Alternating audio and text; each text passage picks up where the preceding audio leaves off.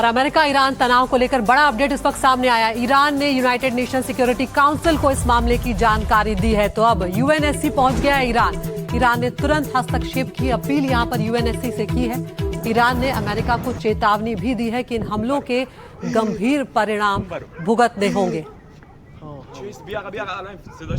और इस सबके बीच में एक और खबर सामने आ रही है। उत्तरी ईरान के पुलों पर भी हमला किया गया है। अमेरिका ने क्रूज मिसाइल से यह अटैक किया है। उत्तरी ईरान के जो ब्रिज हैं उन्हें भी निशाना बनाया गया है। ईरान के रेलवे पुलों को यहाँ पर निशाना बनाया गया है।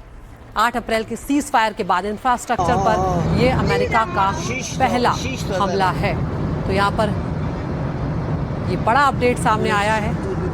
ऋषभ, यहाँ पर जो बात डोनाल्ड ट्रंप धमकी के तौर पर कह रहे थे, अब उसे एक तरह से कहा जा सकता है कि वो करते हुए नजर आ रहे हैं। इंफ्रास्ट्रक्चर को अब निशाना बनाया जा रहा है यहाँ पर उत्तरी ईरान में।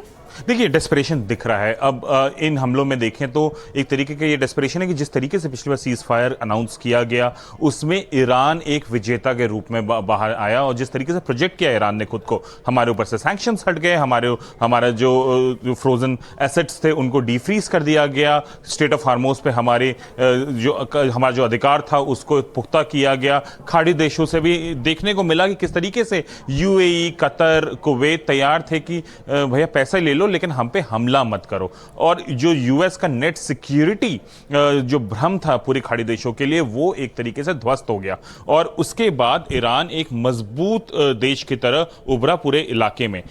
उसके बाद जो ये जंग वापस से शुरू हुई है पिछले 48 घंटे में, अब डोनाल्ड ट्रंप को लगता है कि अगर हमने कड़े कदम नहीं उठाए तो जो हमारा पूरा बनी बनाई जो व्यवस्था है खाड़ी देशों में, वो संकट में आ सकती है। और इसलिए इस बार के जो हमले हैं आप देखिए कहाँ हो रहे हैं।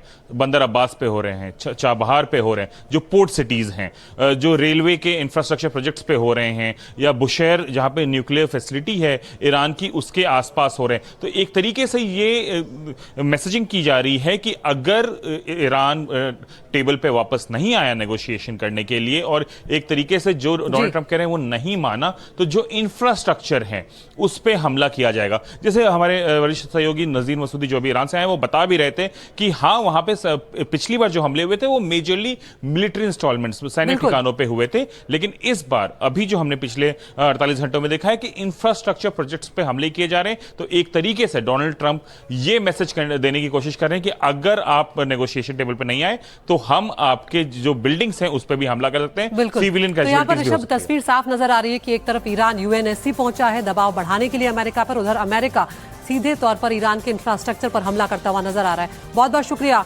ऋषभ आपका इस तमाम जानकारी के लिए।